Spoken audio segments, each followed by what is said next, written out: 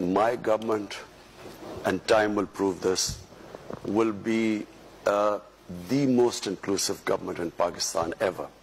We will try, we have already now ensured full protection for our minorities. We have, I won't go into detail, but there's one element where we still have a problem.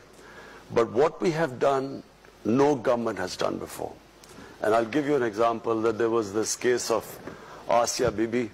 She was this Christian woman who was jailed, and no judge would try them because of blasphemy, and because of the strength of one particular group, which had the previous government was held hostage by the group. They came in and they literally blocked the roads, and people were scared of that group. So when the judgment was given to free her by the Supreme Court, the same group then threatened.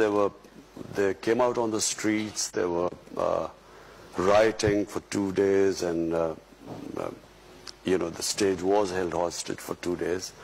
But this is the first government that, on the next opportune moment, actually took them out. We put them in jails. We just completely. And Asia Bibi was then safely, she came out, and then she wanted to leave the country, and we helped her.